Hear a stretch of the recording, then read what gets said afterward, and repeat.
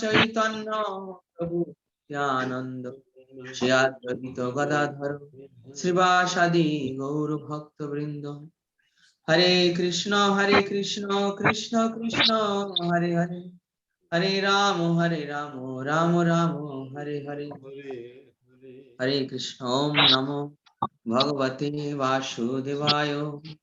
ওম নমো ভগবতে বাসুদেবায়। ওম নমো ভগবতে বাসুদেবায়। নারায়ণং নমস্কৃত্য নরং চৈব নরোত্তমং দেবীং সরস্বতীং ব্যাসং ততো জয়মুদীরয়ে। শ্রীমদ্ ভাগবতম। হরে কৃষ্ণ। সকলে সাইলেন্ট করবেন, সকলে আপনারা সাইলেন্ট করবেন, সাউন্ড আসছে।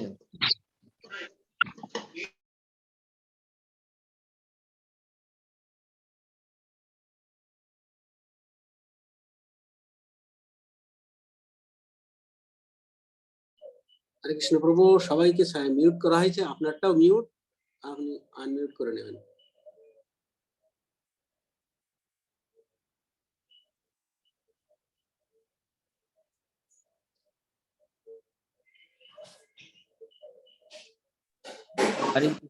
হরে কৃষ্ণ কৃষ্ণ কৃষ্ণ হরে হরে, হরে রাম রাম রাম হরে।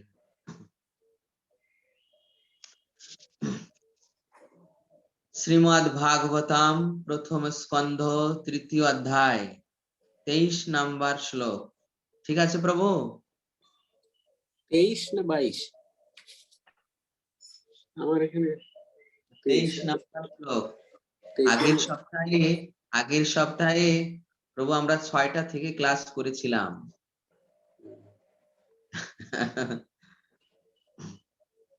আর সেই ভিডিওটা আমি পাঠিয়েছিলাম তো আপনাকে, ঠিক আছে, দেখবেন। ইন্টারন্যাশনাল ডিভোটি কনফারেন্স, ওটা এসএল 11 আমি পাঠিয়েছিলাম, দেখবেন। আজকে হচ্ছে 23 নম্বর শ্লোক। আজকে 23 নম্বর হবে, 23। ওকে ওকে প্রভু। হরে কৃষ্ণ।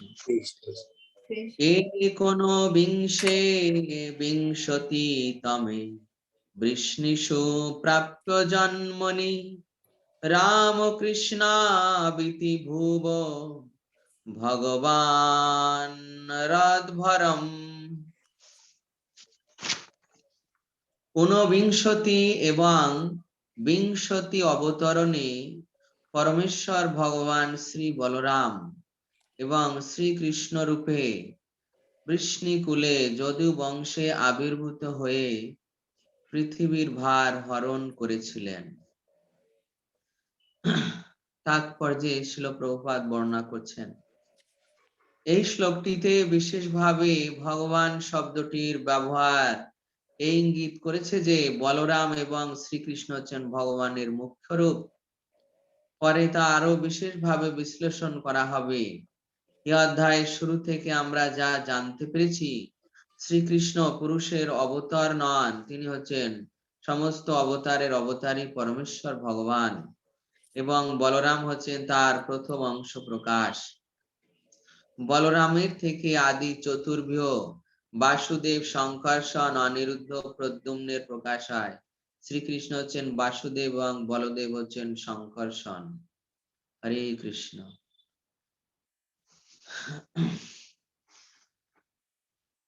ঊনবিংশতি এবং বিংশতি অবতরণে, এখানে সুত গোস্বামী যে ঊনবিংশতি এবং বিংশতি অবতার রূপে যাদেরকে গণনা করেছেন, তিনি হচ্ছেন ঊনবিংশতি হচ্ছে শ্রী বলরাম, এবং বিংশতি নাম্বার মানে 20 নম্বরে রয়েছেন স্বয়ং ভগবান শ্রীকৃষ্ণ। শ্রীকৃষ্ণ এবং শ্রী বলরাম, প্রভুপাদ লিখছেন যে শ্রীকৃষ্ণ এবং শ্রী বলরাম হচ্ছেন ভগবানের মুখ্য রূপ, এবং শ্রীমদ্ ভাগবতে অনেক স্থানে ব্যাসদেব গোস্বামী যখন বর্ণনা করেছেন তখন বিভিন্ন স্থানে মাধবৌ কৃষ্ণৌ এই দ্বিবচনাত্মক শব্দ প্রয়োগ করেছেন।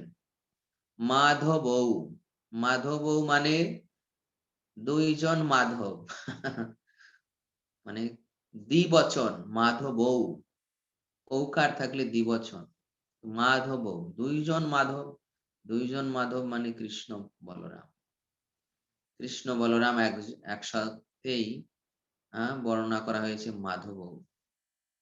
এইভাবে বিভিন্ন জায়গায় এরকম কৃষ্ণৌ শব্দ দ্বিবচন মানে কৃষ্ণ বলরাম। এইভাবে কৃষ্ণ এবং বলরাম, কৃষ্ণকে 20 এবং বলরামকে 49 অবতার রূপে গণনা করছেন এখানে সূত গোস্বামী। তো দাপরের যেমন ভগবদ গীতায় রয়েছে যে যদা যদা হি ধর্মস্য গ্লানির্ভবতি ভারত অভ্যুত্থানম অধর্মস্য তদাত্মনম সৃজাম্যহম পরিত্রাণায় সাধুনাম বিনাশায় চ দুষ্কৃতাম ধর্ম সংস্থাপনার্থায় সম্ভবামি যুগে যুগে। এই যে যুগে যুগে মানে তিনি যুগে যুগে আসেন। এই যুগে যুগে মানে ছিল বিশ্বনাথ চক্রবর্তী ঠাকুর, তিনি তার ভাষ্যে বর্ণনা করছেন এই যুগে যুগে মানে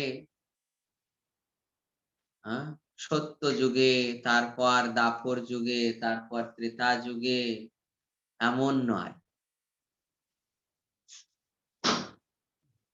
প্রত্যেক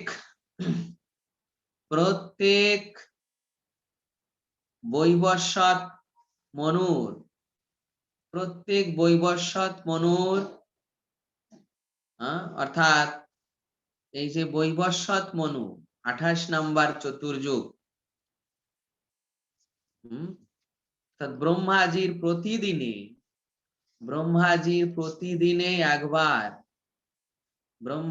প্রতিদিনে একবার তিনি এই জগতে আবির্ভূত হন। সেটা কখন?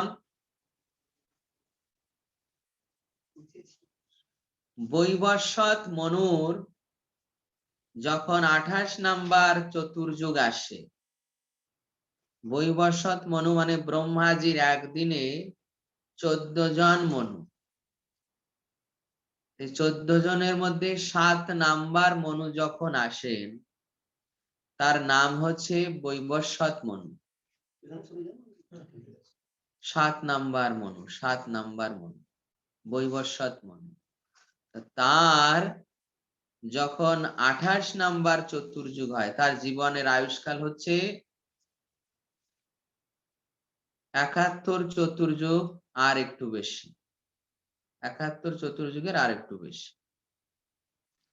এনার যখন জীবনকাল 28 নাম্বারে পৌঁছায় তখন 28 নাম্বার চতুর্যুগে যুগ বিপর্যয় হয়। যুগ বিপর্যয় মানে স্বাভাবিকভাবে চতুর্যুগ এইভাবে হয়: সত্য, তারপর দাপর, তারপর ত্রেতা, তারপর কলি। এইভাবে যুগ হয়, কাউন্টিং হয় এইভাবে: সত্যের পর দাপর, তারপর ত্রেতা, তারপর কলি।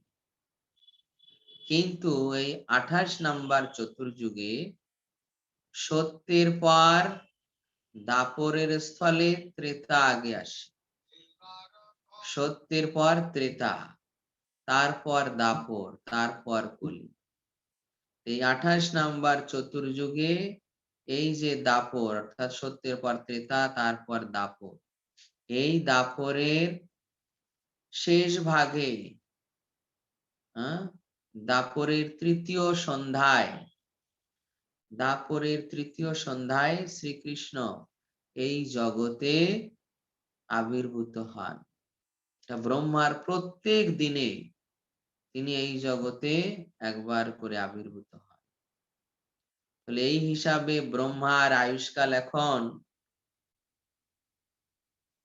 50 বছর একদিন আমাদের ব্রহ্মার আয়ুষ্কাল। মানে এই 50 বছরে 365 ইন্টু 50 প্লাস 1 এতবার এই ব্রহ্মার আমলে স্বয়ং ভগবান শ্রীকৃষ্ণ বলরাম এই জগতে এতবার আবির্ভূত হয়েছে। 365 ইন্টু 50 প্লাস 1 এতবার তারা এই জগতে এই ব্রহ্মার আমলে আবির্ভূত হয়েছে। এই যে প্রত্যেক দিনে একবার আবির্ভাব, এটাকেই ওই শ্লোকে বিশ্বনাথ চক্রবর্তী ঠাকুর বলছেন এই যুগে যুগে মানে এটা অষ্ট বৈবস্বত মন্বন্তরের অষ্টবিংশতি চতুর্যুগের দাপরের শেষে ব্রহ্মার প্রতিদিনে তিনি একবার এই জগতে আসেন। এটাই হচ্ছে যুগে। এই শ্লোকে বলা হচ্ছে যে শ্রীকৃষ্ণ এবং বলরাম বৃষ্ণিকুলে যদু বংশে আবির্ভূত হয়ে পৃথিবীর ভার হরণ করেছে। বৃষ্ণিকুলে,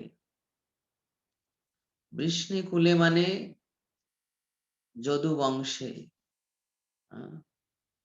মথুরায় অনেকগুলো এরকম বংশ ছিল, একসঙ্গে তাদের যাদব বলা হতো। তার মধ্যে বৃষ্ণি বংশ, যদু বংশ, মধু বংশ, ভোজ বংশ, কুকুর বংশ, তারপর এই ধরনের আরো এই এই বংশ আসলে শ্রীকৃষ্ণ আসছেন চন্দ্র বংশ থেকে, রামচন্দ্র সূর্য বংশ থেকে, আর শ্রীকৃষ্ণের এই যে বংশ এটা চন্দ্র বংশ থেকে এসেছে, চন্দ্র বংশ। এইভাবে চন্দ্র বংশে এর মধ্যে যদু বংশে মানে চন্দ্র থেকে এসেছে, এর মধ্যে যদু মহারাজের বংশে, যদু মহারাজের নাম অনুসারে যদু বংশ। যজাতি মহারাজের 5 পুত্র, তার মধ্যেই সর্বজ্যেষ্ঠ হচ্ছে যদু মহারাজ। এই যজাতি মহারাজের জ্যেষ্ঠ পুত্র যদু, তিনি ছিলেন ভগবত ভক্ত, তিনি ভগবানের আরাধনা করতেন। তো সেই যদু মহারাজের বংশে যদু মহারাজের নামকে মহিমান্বিত করার জন্য তার বংশে তিনি আবির্ভূত হয়েছে। কি করে তার আবির্ভাব হয় এবং শ্রীকৃষ্ণ কিভাবে আবির্ভূত হলেন? ভগবানের আবির্ভাব সম্পর্কে ভগবত গীতায় নিজেই বলছেন যে জন্ম কর্ম চ মে দিব্যম যো ব্যক্তি তত্ত্বত ত্যক্তা দেহম পুনর্জন্ম নৈতি মামে কিশোর। আমার জন্ম কর্ম সব দিব্য। কৃষ্ণের জন্ম কর্ম দিব্য।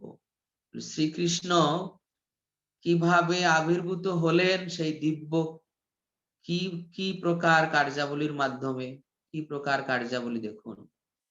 একজন সাধারণ মানুষের জন্ম হয় কিভাবে আর শ্রীকৃষ্ণের আবির্ভাব হলো কিভাবে। ভগবান শ্রীকৃষ্ণ তিনি প্রথমে তার যে অগ্রজ শ্রী বলরাম, সেই বলদেবকে আগে তিনি প্রেরণ করলেন। বলদেব প্রথমে এলেন দেবকী মাতার উদরে। বলদেব প্রথম এলেন দেবকী মাতার উদরে। দেবকী মাতার উদরে অবস্থান করার সময় ভগবান শ্রীকৃষ্ণ যোগ মায়া দেবীকে আদেশ করলেন যে হে ভদ্রে, আমার অংশ যে শেষ নামে পরিচিত, তিনি আমার মাতা দেবকীর উদরে অবস্থান করছেন। তুমি তাকে গোপ গোপী সমাবৃত গোকুল বৃন্দাবনে, যেখানে নন্দ মহারাজের আলয় বসুদেবের অপর এক পত্নী রোহিণী দেবী রয়েছেন, সেই রোহিণী দেবীর গর্ভে শ্রী বলদেবকে আকর্ষণ করে বিনা ক্লেশে তাকে ওখানে সংস্থাপন করে এসো।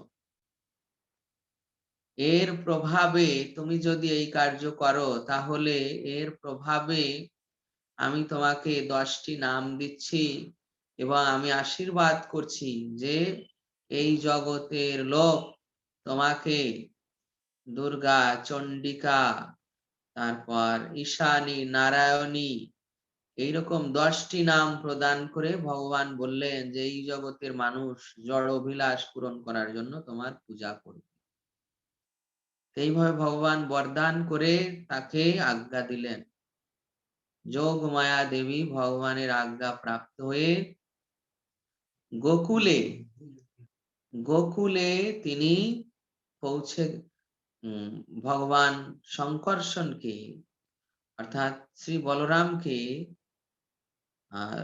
দেবকী মাতার উদর থেকে আকর্ষণ করে রোহিণী মাতার গর্ভে স্থাপন করলেন। এই যে স্থাপন করলেন, রোহিণী দেবী রোহিণী দেবীও আশ্চর্য হয়েছিলেন। দেবকী মাতা তিনিও বুঝতে পারেননি কি থেকে কি হয়েছে। ভোরবেলা যখন হলো তখন তিনি কান্না করছেন যে তার গর্ভস্রাব হয়ে গিয়েছে। আর ওদিকে গোকুলে যে শ্রী বলরামের নিত্য মাতা রোহিণী দেবী, ইনি হচ্ছেন বলরামের নিত্য মাতা। তাই এই রোহিণী দেবীর উদর থেকে তিনি আবির্ভূত হবেন। এইভাবে বলরাম শ্রী বলরামকে দেবকী মাতার উদর থেকে রোহিণী মাতার গর্ভে স্থাপন করা হলো। যোগ মায়া দেবী এই কার্য করলেন, এই আকর্ষণ করে নিয়েছিলেন। তাই শ্রীকৃষ্ণই এই শ্রী বলরামের নামকরণ করে দিয়েছিলেন যোগ মায়ার কাছে, তুমি যেহেতু এইভাবে আকর্ষণ করবে তাই এই বালকের এক নাম হবে শঙ্কর্ষণ।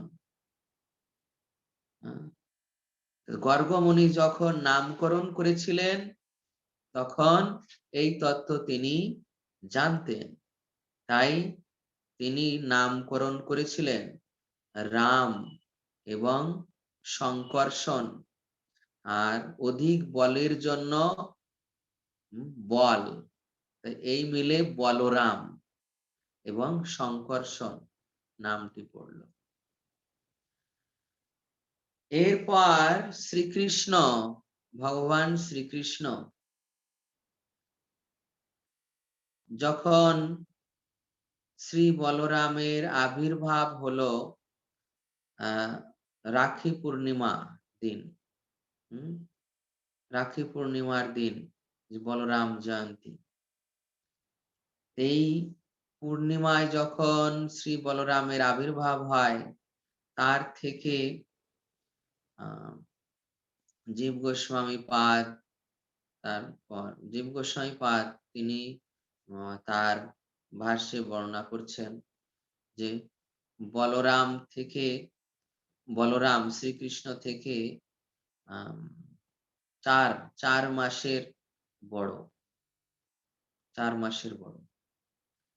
তো ভগবান শ্রীকৃষ্ণ তিনি ভাদ্র মাসের কৃষ্ণ পক্ষের অষ্টমী তিথি, কৃষ্ণ পক্ষে যখন চন্দ্রমা উদিত হয়, পূর্ণিমা থেকে প্রতিপাদ মানে চন্দ্রমা কম হয়ে যাচ্ছে, কম হতে হতে যখন অষ্টমীতে আসে তখন আধা হয়ে যায়, অষ্টমীতে হলে আধা হয়ে যায়, অষ্টমীতে আধা হয়ে যায়। এই যে আধা হলো মানে অর্ধ হলো, চন্দ্রমা অর্ধ হলো, কিন্তু ওই দিন চন্দ্রমা অর্ধ উদিত না হয়ে পূর্ণ কলায় মানে পূর্ণিমার দিন যেমন উদিত হয় 16 কলায়, ঠিক ওইভাবে পূর্ণিমার দিনের ন্যায় 16 কলায় পরিপূর্ণ হয়ে ওই অষ্টমীর দিন উদিত হলো পূর্ণচন্দ্র। কৃষ্ণপক্ষে অষ্টমীর দিন পূর্ণচন্দ্র উদিত হলো, আকাশে পূর্ণচন্দ্র উদিত হলো। আর এদিকে ভগবান শ্রীকৃষ্ণ তিনি আসছেন তো দেবকী মাতার উদরে, কিন্তু রোহিণী নক্ষত্রে এসেছেন, রোহিণী নক্ষত্রে এবং হর্ষণ যোগে। এইভাবে এই শুভ মুহূর্তে তিনি শ্রী দেবকী মাতার উদরে প্রথমে এলেন বসুদেবের মনে, বসুদেবের মনে। সত্যম বিশুদ্ধম বসুদেব শব্দিতম, অর্থাৎ বসুদেব যেহেতু শুদ্ধ সত্যে অবস্থিত ছিলেন, তাই প্রথমে বসুদেবের হৃদয়ে তিনি প্রকাশ করলেন নিজেকে। বসুদেবের মনে প্রকাশিত হলেন। বসুদেবের শরীর থেকে আভা নির্গত হতে শুরু করল, চারিদিকে আভা নির্গত হতে শুরু করল।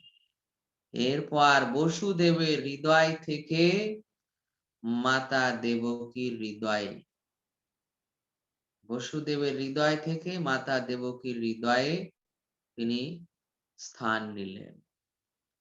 মাতা দেবকীর হৃদয় থেকে মাতা দেবকীর গর্ভে স্থান করলেন, নিজে গর্ভে রয়েছে।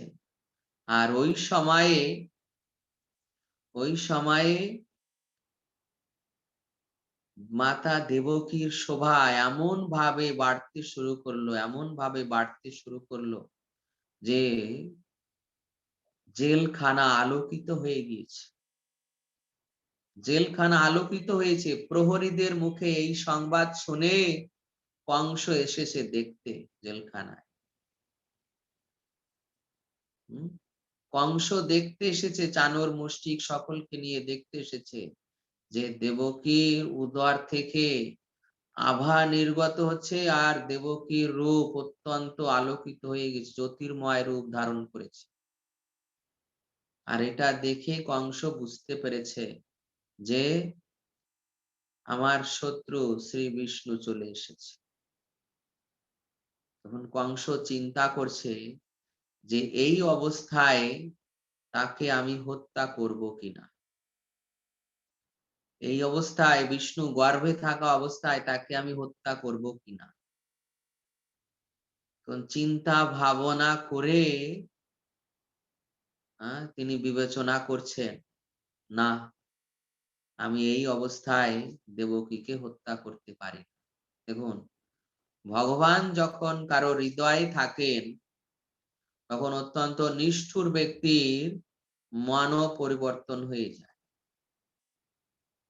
ভগবান শ্রীকৃষ্ণ দেবকী মাতার গর্ভে, আর তখন কংস এসে চিন্তা করছে, না, এই অবস্থায় তাকে মারা ঠিক হবে না, কেননা সে একে তো স্ত্রী, এরপর গর্ভবতী, তারপর আমার ছোট বোন। এই অবস্থায় যদি তাকে সংহার করি, তাহলে আমার অনেক অপযশ হবে, অনেক অপযশ হবে।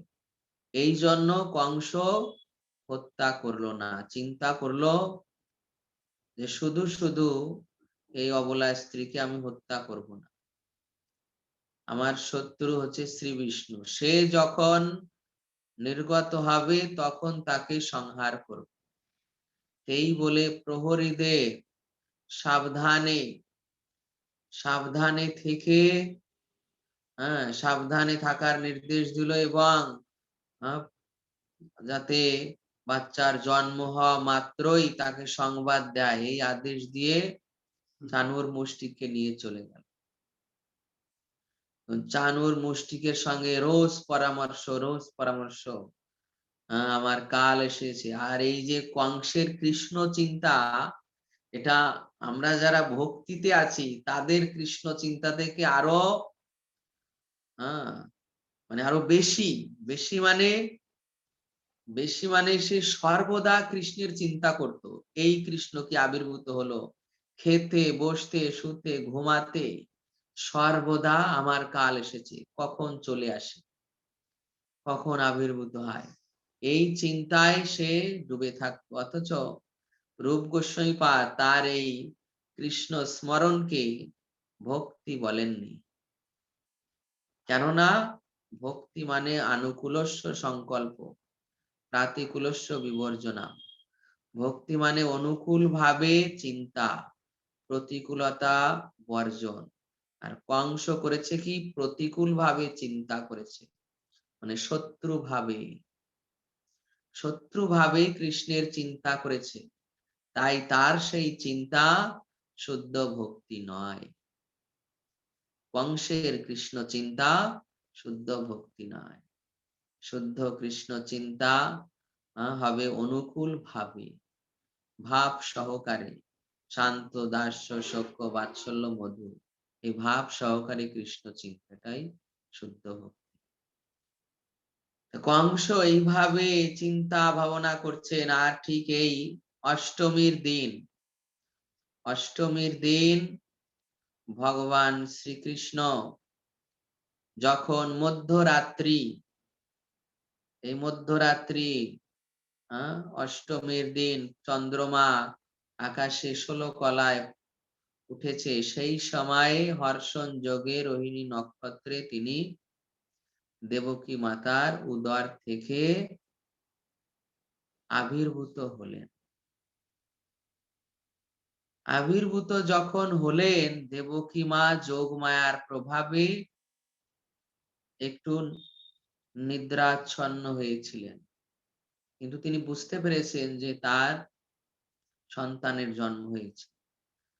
আর বসুদেব তিনি দেখছেন যে যে দেবকীর উদরে ছিল সে বাইরে এসেছে, আবির্ভূত হয়েছে। উদর থেকে হৃদয় এসেছে, হৃদয় থেকে আবির্ভূত হয়েছে, কিন্তু চতুর্ভুজ, তারপর পায়ে নূপুর, পরনে হলুদ বর্ণের কাপড়, শরীরে একটা উত্তরী, 4 ভুজ, 4টি হাত, শঙ্খ চক্র গদা পদ্ম, তারপর বাহুতে অলংকার, গলায় কৌস্তব মণি, বক্ষদেশে শ্রীবৎস চিহ্ন, এই সমস্ত আভূষণ নিয়ে ছোট্ট একটা বালক 4 ভুজ চতুর্ভুজ রূপ ধারণ করে ওই বসুদেবের সামনে দাঁড়িয়েছে। তখন বসুদেব তিনি চিন্তা করছেন যে ইনি দেবকীর উদরে ছিলেন আর এখন আবির্ভূত হয়েছেন, 4টা বাহু, হাতে শঙ্খ চক্র গদা পদ্ম, এ তো আমার প্রভু, এ তো শ্রী নারায়ণ, আমার প্রভু আবির্ভূত হয়েছেন। বসুদেব দেখে ভালোভাবে লক্ষ্য করছেন যে হাতে শঙ্খ চক্র গদা পদ্ম, বক্ষ দেশে শ্রীবৎস চিহ্ন, গলায় কৌস্তব মুনি, পদ্ম পলাশ লোচন, মুখমণ্ডল পদ্মাকৃতি, সবকিছু লক্ষণ বিচার করে তিনি নিশ্চিত হলেন যে স্বয়ং ভগবান আমার পুত্র রূপে আবির্ভূত হয়েছে। আর বসুদেবের এত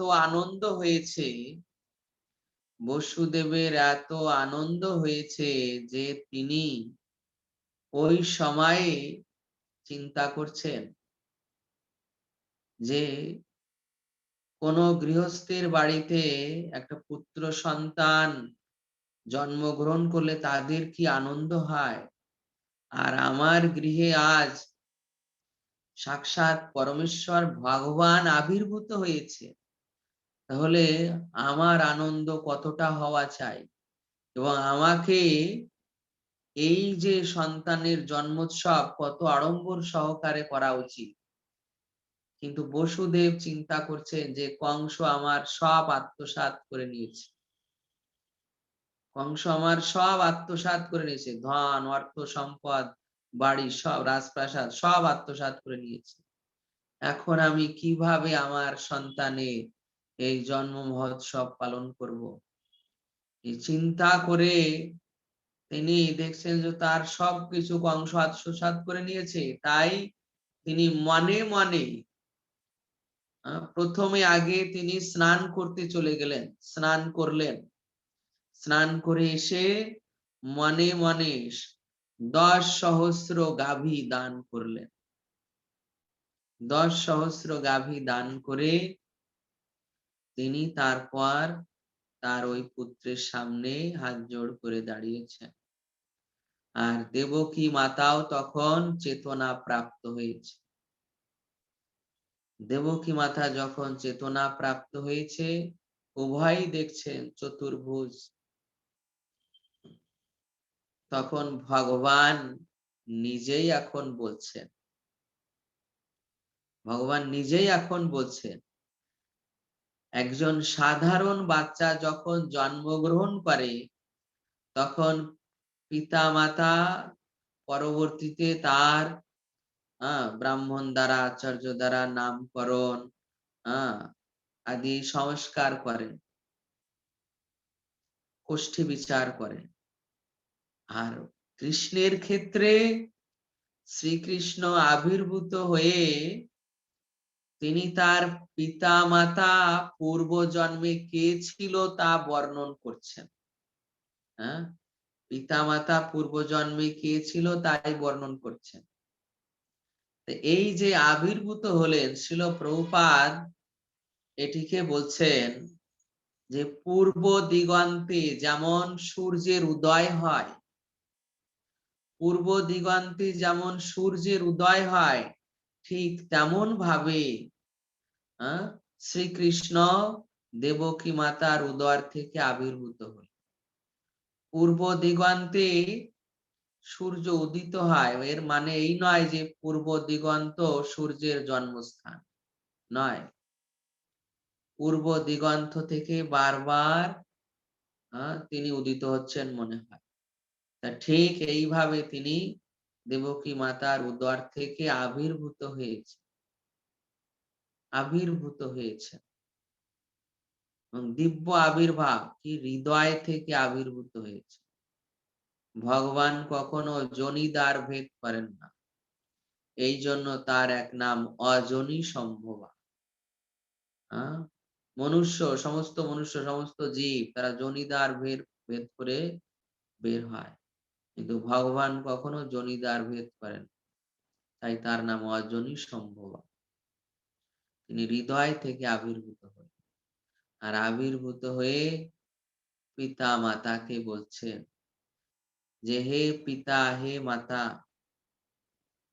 আপনারা ভয় পাবেন না, আপনারা ভয় পাবেন না। আপনারা আমাকে দেখুন আমি কে, আমাকে দেখুন আমি কে। কংস আমার কিছুই করতে পারবে না, আপনারা ভয় পাবেন না। আপনারা জন্ম জন্ম আমার আরাধনা করেছেন, তাই আমি আপনাদের পুত্র হয়েছি। আপনারা সত্য যুগে পিতা আপনি বসুদেব ছিলেন সুতপা মুনি, আর মাতা ছিলেন কৃষ্ণী দেবী। আপনারা 12,000 বছর আমার আরাধনা করেছিলেন। তখন আমি আরাধনায় সন্তুষ্ট হয়ে এই রূপে আমি আপনাদের দর্শন দিয়েছিলাম। তখন আপনারা আমার কাছে প্রার্থনা করেছিলেন যেন আমি আপনাদের পুত্র হই, আমার মতো যেন আপনাদের পুত্র প্রাপ্তি হয়। এই জগতে আমার মতো তো আর কেউ নেই, এই জন্য আমি স্বয়ং আপনাদের পুত্র হয়েছিলাম। আমি 3 বার তথাস্তু বলেছিলাম, তাই 3 জন্ম আপনাদের পুত্র হয়েছি। প্রথম জন্মে আপনি মাতা কৃষ্ণী ছিলেন, কৃষ্ণী দেবীর উদর থেকে আমার আবির্ভাব হয়, তাই আমাকে লোকেরা কৃষ্ণী গর্ভ বলত। কৃষ্ণী গর্ভ, প্রথম অবতারে কৃষ্ণী গর্ভ। দ্বিতীয় অবতারে পিতা বসুদেব আপনি ছিলেন কশ্যপ মুনি, আর মাতা ছিলেন অদিতি। সেই অবতারে আমি আপনাদের পুত্র বামন দেব রূপে আবির্ভূত হয়েছিলাম। বামন বলে লোকে আমাকে পটু বামন বলে ডাক। আমার নাম ছিল উপেন্দ্র। উপেন্দ্র। এরপর বর্তমানে আমি আপনাদের পুত্র রূপে আবার আবির্ভূত হয়েছি। আমি আবার আপনাদের পুত্র রূপে আবির্ভূত হয়েছি।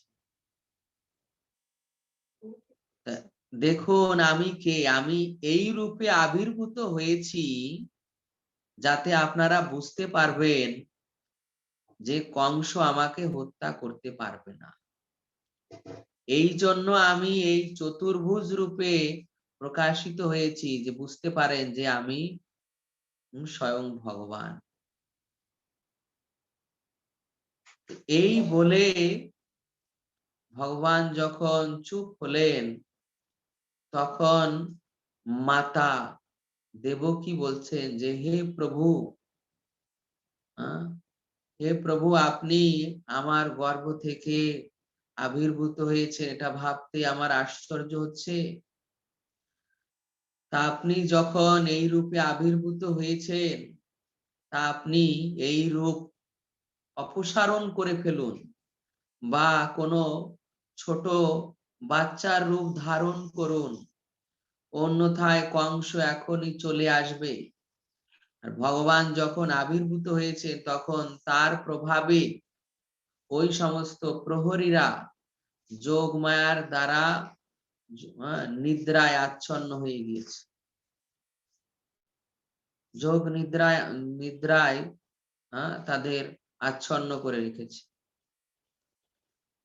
এরপর ভগবান যখন চুপ হলেন, মাতা দেবকী বলছেন হে প্রভু, আপনি এই রূপ অপসারণ করুন, ওখান থেকে চলে যান, অথবা কোনো বাচ্চার রূপ ধারণ করুন, অন্যথায় কংস চলে আসবে।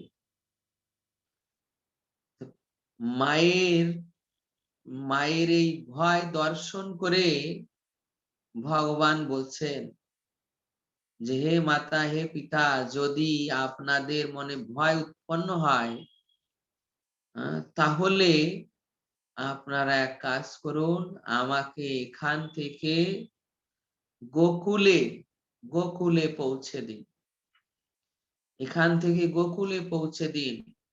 গোকুলে নন্দ মহারাজের আঙ্গিনায়, সেখানে যশোদা দেবীর উদরে, যশোদা দেবীর উদর থেকে আমারই শক্তি যোগমায়া আবির্ভূত হয়েছে। একটি কন্যা আবির্ভূত হয়েছে, ও কন্যা সাধারণ নয়, যোগমায়া। হে পিতা, আপনি ওই কন্যাটিকে এখানে নিয়ে আসবেন আর আমাকে ওখানে নিয়ে যাবেন। এই বলে ওই চতুর্ভুজ রূপ ভগবান অপসারণ করে সদ্যজাত একটি শিশুর রূপ ধারণ করেছে। ভগবান তো মনে করুন একটি পঞ্চম বর্ষীয় বালকের ন্যায় চতুর্ভুজ রূপ ধারণ করেছিলেন। ওই রূপ অপসারণ করে ভগবান সদ্যজাত একটি শিশুর রূপ ধারণ করে দ্বিভুজ হলেন, আর পিতাকে আজ্ঞা দিলেন হে পিতা, আপনি আমাকে এখান থেকে নন্দালয়ে পৌঁছে দিন। তখন বসুদেব চিন্তা করলেন যে আমার এই পুত্রকে আমি এখনই নন্দালয়ে পৌঁছে দিই। তো এই মনোভাব হওয়া মাত্রই বসুদেবের বসুদেবের পায়ে ছিল লোহার শিকল বাঁধা। বসুদেবের এক পায়ে লোহার শিকল বাঁধা ছিল, ওটা একটি খাম্বার সঙ্গে বাঁধা ছিল।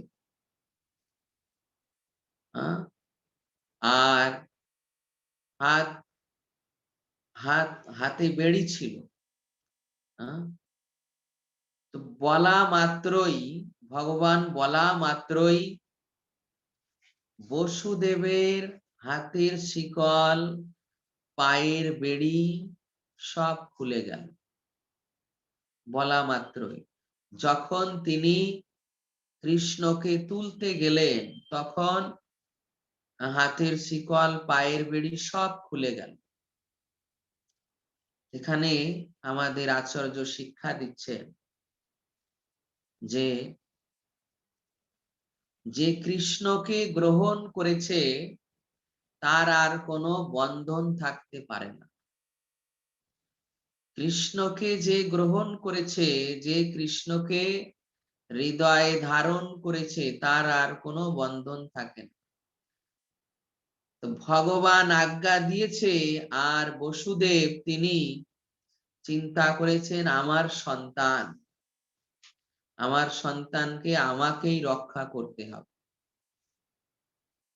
ভগবান আজ্ঞা যে ভগবৎ প্রচোদিতা সুতম সমাধায়, ভগবান আজ্ঞা দিয়েছে কিন্তু বসুদেব কাকে উঠিয়েছে? সন্তান। অর্থাৎ তার মনে তখন এমন ভাব হয়েছিল যে আমার সন্তান। তাই সন্তান ভাবে তিনি কৃষ্ণকে উঠালেন। উঠিয়ে আগে থেকে তিনি একটি ঝুড়ি এনে রেখেছিলেন, যাতে কিছু কমল বস্ত্র, তুলা এগুলো বিছানো ছিল। তো ও কৃষ্ণকে তিনি ওর ভিতর রাখেন এবং মাথায় করে নিয়ে যান, কোলে করে নিয়ে যান। কোন কোন আচার্য বলেন কোলে করে নিয়ে যান। তো ভগবান তো অনেকবার এসেছেন, কোন কল্পে এইরকম ভগবানকে বসুদেব হৃদয়ে ধারণ করে নিয়েছেন কোলে করে, আবার কোন কল্পে এরকম লীলা আছে যে মাথায় ঝুড়িতে করে নিয়ে যাচ্ছে। যাই হোক, বসুদেব কিছু কোমল বস্ত্রে উপহার কৃষ্ণকে শয়ন করিয়ে এরকম ভাবে হৃদয়ে ধারণ করে নিয়ে যাচ্ছে। আর যাওয়া মাত্রই গেট বড় বড় লক দিয়ে আটকানো। গেটের কাছে যাওয়া মাত্রই বড় বড় তালা, কোনো আওয়াজ হচ্ছে না, অটোমেটিক খুলে যাচ্ছে। অটোমেটিক তালা খুলে যাচ্ছে। এইভাবে যখনই তিনি কোনো গেটের কাছে যাচ্ছেন, নীরবে ওই গেট খুলে যাচ্ছে, নীরবে। তারপর কংস এমন করেছে যে ওই গেট থেকে তালা খুলে কেউ বেরোলেও বাইরে এমন পাথর সেট করা আছে, এমন পাথর সেট করা আছে যে একটু আওয়াজ হলেই ওই পাথর শুট করে তাকে মারবে। আর ভয়ঙ্কর ভয়ঙ্কর হিংস্র ব্যাঘ্র সিংহ এইভাবে দ্বার দেশে রেখে দিয়েছে। কিন্তু বসুদেব ওই যে যাচ্ছেন, কোনো আওয়াজ হলো না। সকলে প্রহরীরা সহিত সকলে যেন মরার মতো, ডেড বডির মতো নিদ্রাচ্ছন্ন হয়ে আছে, মৃত ব্যক্তির মতো নিদ্রাচ্ছন্ন হয়ে আছে। এইভাবে যেতে যেতে তিনি যখন মথুরার গলিতে প্রবেশ করলেন, জেল থেকে বার হয়ে যখন মথুরার গলিতে প্রবেশ করলেন, তখন সেই মধ্যরাতে এমন ঝড় বৃষ্টি শুরু হয়েছে এবং যমুনায় এমন উত্তাল তরঙ্গে ঢেউ বইছে, যমুনার জল ফেঁপে ফুলে উঠে ওই মথুরার রাস্তায় চলে এসেছে, মথুরার রাস্তায় চলে এসেছে। আর এদিকে বৃষ্টি হচ্ছে, আর বসুদেব ওই গলি থেকেই যমুনার জলে নেমেছেন। মানে যমুনার জল উপচে চলে এসেছে গলি পর্যন্ত, মথুরার গলি পর্যন্ত। বসুদেব ওখান থেকে চলা শুরু করেছে। আর এদিকে ভগবান শেষনাগ তিনি দেখছেন যে প্রভুকে নিয়ে তার পিতা চলেছেন, আর এদিকে বাদল মানে মেঘ বৃষ্টি বর্ষণ করছে, মেঘ মন্দ মন্দ ধারায় বৃষ্টি বর্ষণ করছে। এখানে আচার্যগণ এই মেঘের মনোভাব, তারপর ইন্দ্রের মনোভাব, তারপর ভগবান শঙ্কর্ষণের মনোভাব, তারপর যমুনা দেবীর মনোভাব খুব সুন্দরভাবে বিশ্লেষণ করেছে। যে মেঘ মনে করছে যে ভবিষ্যতে কৃষ্ণকে ঘনশ্যাম বলে ডাকা হবে, ভবিষ্যতে কৃষ্ণকে ঘনশ্যাম বলে ডাকা হবে। কৃষ্ণ আমার মান বাড়াবে, আমারও এক নাম ঘনশ্যাম, ঘনমেঘ। এই জন্য মেঘ তখন বুঝতে পারলেন যে কৃষ্ণের আবির্ভাব হয়েছে, অথচ তার অভিষেক হয়নি, কোনো মহোৎসব হয়নি। তাই তিনি মন্দ মন্দ ধারায় তার জল কৃষ্ণের উপর ফেলতে লাগলেন, অভিষেক করাচ্ছেন কৃষ্ণ। মেঘ তার জল দিয়ে কৃষ্ণকে অভিষেক করাচ্ছেন। এটা দর্শন করে ভগবান শঙ্কর্ষণ শেষনাগ তিনি কিছুক্ষণ ওই মেঘের মনোভাব বুঝতে পেরে কৃষ্ণের উপর ওই জল পড়তে দিলেন, মানে বৃষ্টির জল পড়তে দিলেন। কিন্তু কিছুক্ষণ পড়ার পর আর তিনি দিলেন না, তিনি ফনা বিস্তার করে দিলেন যে অধিক কৃষ্ণকে ভেজানো ঠিক হবে না। তাই তিনি ফনা বিস্তার করে মাথার উপর রাখলেন। আর তিনি পিছন পিছন আসছিলেন, বসুদেবের পিছন পিছন আসছিলেন। বসুদেব তো হৃদয়ে ধারণ করে নিয়ে যাচ্ছেন, আর বসুদেবের পিছনে ফনা বিস্তার করে আসছে। এত বড় সর্প বসুদেবের পিছন পিছন আসছেন, বসুদেবের মনে কোনো ভয় নেই, কেননা তিনি ভগবদ আবেশে রয়েছেন, ভগবদ আবেশে রয়েছেন, তাই তার মনে কোনো ভয় নেই।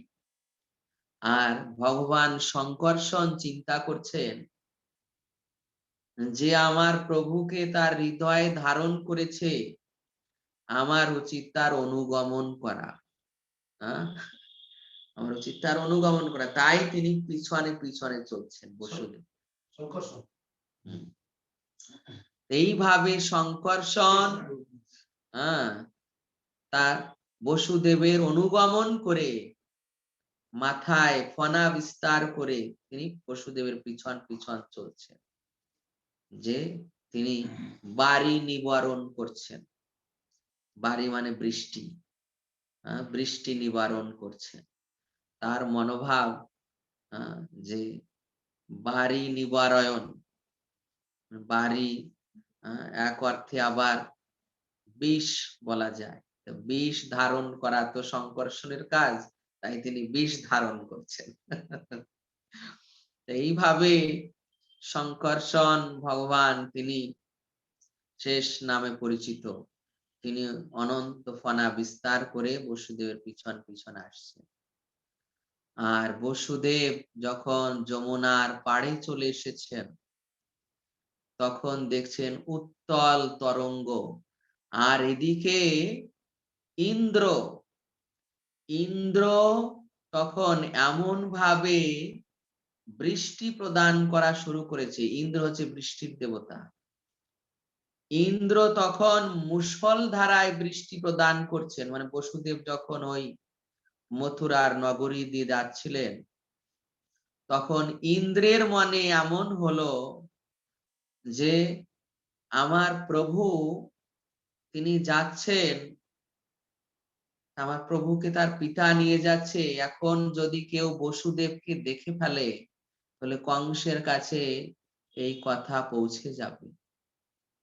হ্যাঁ, হ্যাঁ, হ্যাঁ, এই জন্য ইন্দ্র চিন্তা করলেন যাতে এই সংবাদ কেউ জানতে না পারে, তাই এমন মুষলধারায় বৃষ্টি দেওয়া শুরু করলেন, এমন মুষলধারায় যে সামনে থেকে কিছু দূর পর্যন্ত দেখাও কারো পক্ষে দুষ্কর হয়ে যাবে। কেউ বসুদেবকে দেখতেও পাবে না। আর এমন আওয়াজ হচ্ছিল, ভয়ঙ্কর আওয়াজ, যে বসুদেবের চলার শব্দও কেউ শুনতে পাচ্ছিল না। বসুদেবের চলার শব্দও কেউ শুনতে পায়নি। আর এমন মুষলধারায় বৃষ্টি যে বসুদেবকে কেউ দেখতেও পায়নি। আর ফনা বিস্তার করে ভগবান শঙ্কর্ষণ শেষনাগ তিনি চলছেন পিছন পিছন। যমুনার কূলে গিয়ে বসুদেব দেখছেন উত্তাল তরঙ্গ, কিন্তু তথাপি তিনি নির্ভীক চিত্তে ভগবদ আবেশে নেমে পড়েছেন যমুনায়, যে আমার সন্তানকে রক্ষা করতেই হবে। তাই তিনি এক হাতে সন্তানকে ধরে, বসুদেবের মনের ভাবনা তখন যে এ আমার সন্তান, তখন আর তার ভগবান ভাব নেই যে ভগবান। বসুদেবের তখন পিতৃস্নেহ উত্তোলিত হয়েছে, তখন তার মনে এই ভাব এসেছে যে আমার সন্তান। এইভাবে তিনি ওই যমুনায় নেমে পড়েছেন। আর যমুনায় নেমে তিনি চলছেন চলছেন, আর যমুনা এমন ভাবে উত্তাল তরঙ্গ সৃষ্টি করেছে, সুখদেব গোস্বামী একটু ক্রোধিত হয়ে বলে ফেলেছেন, যমানুজা, মানে এই যমরাজের বন, যমরাজ যেমন ভয়ঙ্কর, আজ এই যমুনা দেবীও ওই রকম যমরাজের মতো ভয়ঙ্করী হয়ে উঠেছে। আর ভগবান যাচ্ছে, ভগবানের পিতা যাচ্ছে, তার উচিত ছিল রাস্তা করে দেওয়া। যেমন সমুদ্র রামচন্দ্রকে রাস্তা করে দিলেন, যমুনার উচিত ছিল ওইভাবে রাস্তা করে দেওয়া। কিন্তু যমুনা আজ এই রকম ভয়ঙ্কর গর্জন করছে, ফেনা উৎপন্ন করছে, এরকম বড় বড় ঢেউ উৎপন্ন করছে।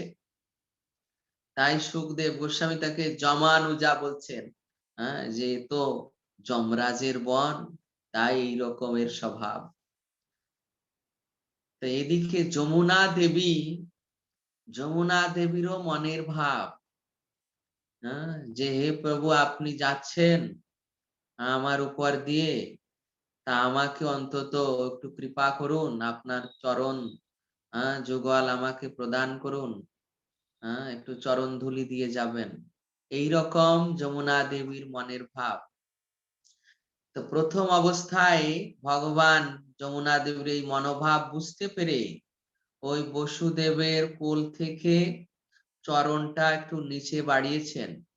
আর যমুনা দেবী যে উথলিত তরঙ্গ আকারে প্রবাহিত হচ্ছিল ঢেউ, তো ওটা ঢেউ উঠতে উঠতে ওই তরঙ্গটা এক পর্যায়ে ভগবানের চরণে প্রাপ্ত হয়েছে। ভগবান নিচু করেছেন, ওই অবস্থায় যমুনা কৃষ্ণকে স্পর্শ করেছেন।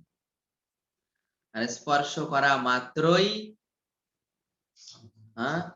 দুপাশ দিয়ে রাস্তা করে দিয়েছেন যমুনা, দুপাশ দিয়ে রাস্তা করে দিয়েছেন, যে এই সাইডে উভয় পার্শ্বে জল স্থির হয়ে গিয়েছে। আর বসুদেব কৃষ্ণকে নিয়ে ওই পথে চলে গেছেন, সামান্য জল ছিল, আর উভয় পাশে জল দাঁড়িয়ে গিয়েছে, ওই অবস্থায় বসুদেব চলে গিয়েছেন। এটা কোন কল্পে এই লীলা, আবার কল্পভেদে কোন কল্পে শ্রীকৃষ্ণ যখন বসুদেব তীরে পৌঁছাবেন ওই সময় যমুনায় পড়ে যান, মানে বসুদেব কৃষ্ণকে যমুনায় হারিয়ে ফেলেন। কোন কল্পে এই লীলা আছে, আবার কোন কল্পে অর্থাৎ ভগবান এই যে যমুনার উত্থল তরঙ্গে পাকে একটু নিচু করেন, যমুনা দেবী টাচ করে শান্ত হয়ে যান। বসুদেব তখন পার হয়ে যখন গোকুল নগরে প্রবেশ করলেন, তখন গোকুলেও এইরকম মুষলধারায় বর্ষণ, চারিদিকে সমস্ত গোপ গোপী ব্রজবাসীরা সকলে শয়ন করেছেন, আর শয়ন করেছেন, সকলে দরজা বন্ধ করে দিয়েছেন। বসুদেব সরাসরি নন্দ মহারাজের গৃহে চলে গিয়েছে, আর গৃহে গিয়ে যশোদা মায়ের গৃহে প্রবেশ করে দেখছেন যে মা যশোদা শয়ন করে আছে, তারই সামনে একটি কন্যা শয়ন করে আছে, কন্যাটি জাগ্রত। বসুদেবের মনে এই চিন্তা হচ্ছে যে আমি ওই কন্যাকে নিতে যাব, ওই কন্যা যদি এখন ক্রন্দন শুরু করে, কান্না করে, তখন তো মা যশোদা জেগে যাবে। বসুদেবের মনে এই ভাব। তথাপি বসুদেব ভগবানের আজ্ঞা মতো নিজের সন্তানকে ওখানে রাখলেন, আর যশোদা মহারানীর পাশে যে কন্যা ছিল ওই কন্যাটিকে নিয়ে নিলেন, ওই কন্যাটিকে নিয়ে নিলেন। এইভাবে বসুদেব ওই কন্যাটিকে নিয়ে নিলেন। এর মাঝে আরো লীলা হয়ে গিয়েছে, এর মাঝে আরো লীলা হয়ে গিয়েছে। এই মা যশোদার শুধু কন্যা নয়, মা যশোদার শুধু কন্যা নয়, মা যশোদার গৃহে ঠিক ওই রাত 12টার সময় প্রথমে নন্দনন্দন শ্রীকৃষ্ণ আবির্ভূত হয়েছে। মা যশোদা গৃহে ওখানে নন্দনন্দন শ্রীকৃষ্ণ আবির্ভূত হয়েছে, আর আবির্ভূত হয়ে তিনি অপ্রকাশিত হয়ে লুকিয়েছিলেন। আর যোগমায়া দেবী তিনি আবির্ভূত হয়ে কন্যা রূপে মা যশোদার সঙ্গে শয়ন করেছিলেন।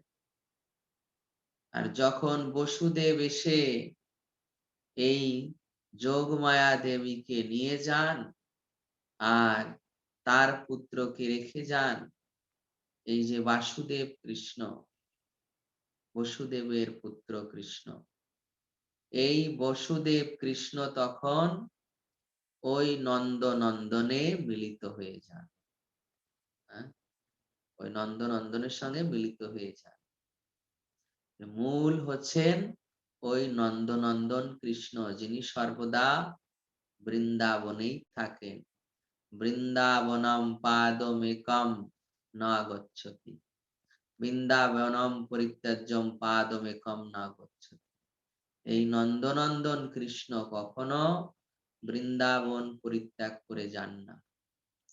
যখন মথুরায় গিয়েছিলেন তখন ওই অক্রুর ঘাট থেকে ফিরে এসেছিলেন, ওখান থেকে ওই যে মথুরার থেকে এসেছিল সেই মথুরায় পেয়ে গিয়েছিল। নন্দনন্দন কৃষ্ণ মথুরায় যান।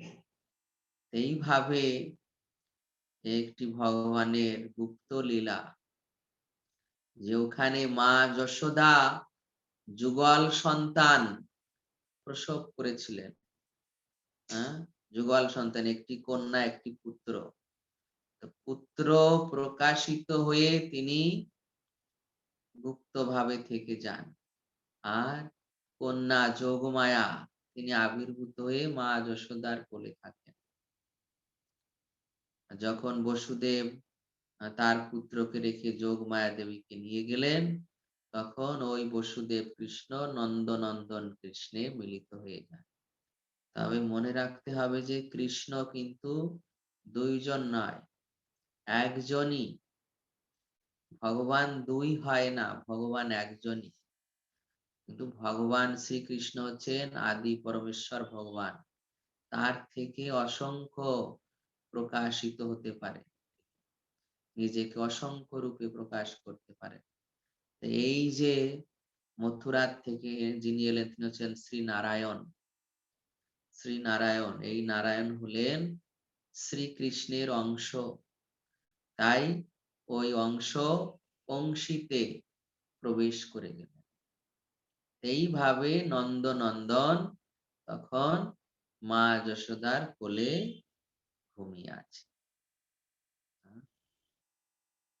আর বসুদেব এই যে যোগমায়া দেবীকে নিয়ে এলেন, আবার ওইভাবে যমুনা পার হয়ে এলেন। আবার যখন ঢুকে যাচ্ছেন কারাগারে, তখন ওইভাবে এক এক করে সমস্ত দরজা বন্ধ হয়ে যাচ্ছে। সমস্ত দরজা বন্ধ হয়ে যাচ্ছে। যখন ভিতরে প্রবেশ করলেন, তখন যোগমায়া দেবীকে এনে দেবকী মাতার কোলে দিয়েছেন। আর তখন এই যে হাত কড়ি আর শিকল, এ কিন্তু আর বসুদেবের কাছে আসছে না।